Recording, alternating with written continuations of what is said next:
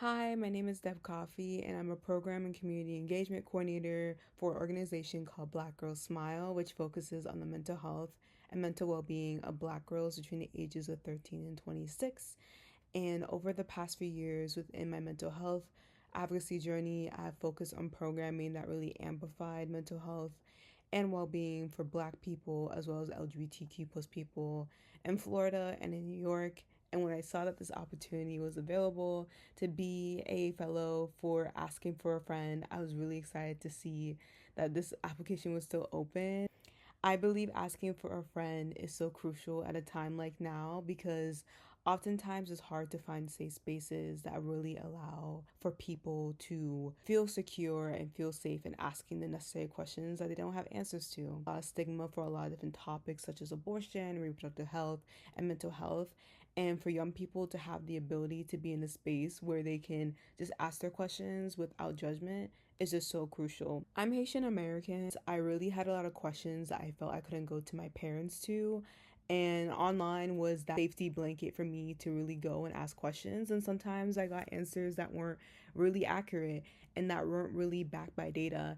And to see that asking for a friend exists and that it can be a resource for young Gen Z as well as Generation Alpha and generations that come afterwards is so important to me.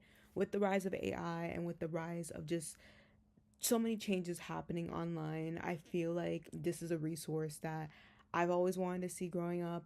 There are things like Scarlet Teen and also Yahoo Answers and Reddit that I came across too when I was young as well. But to have a website that has security that also resembles the aesthetics that young people like to see and is backed by data and research is really reassuring for me because we're in an age of such disinformation and misinformation, and to reduce that and allow for young people to have that resource is so exciting.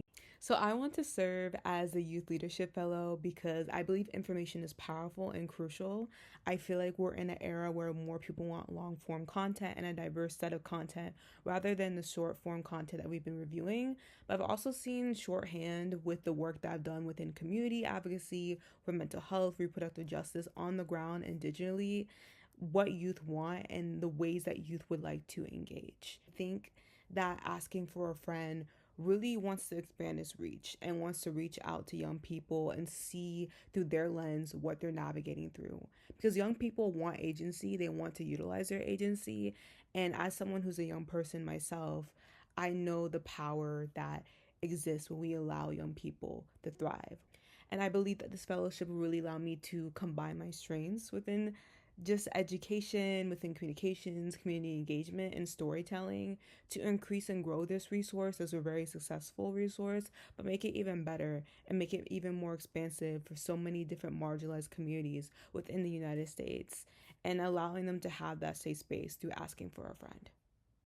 I believe I'm the best person to grow this work because not only through my work experience within reproductive justice and mental health advocacy, I have experiences within peer support, research, comms, and storytelling, but also my lived experience myself.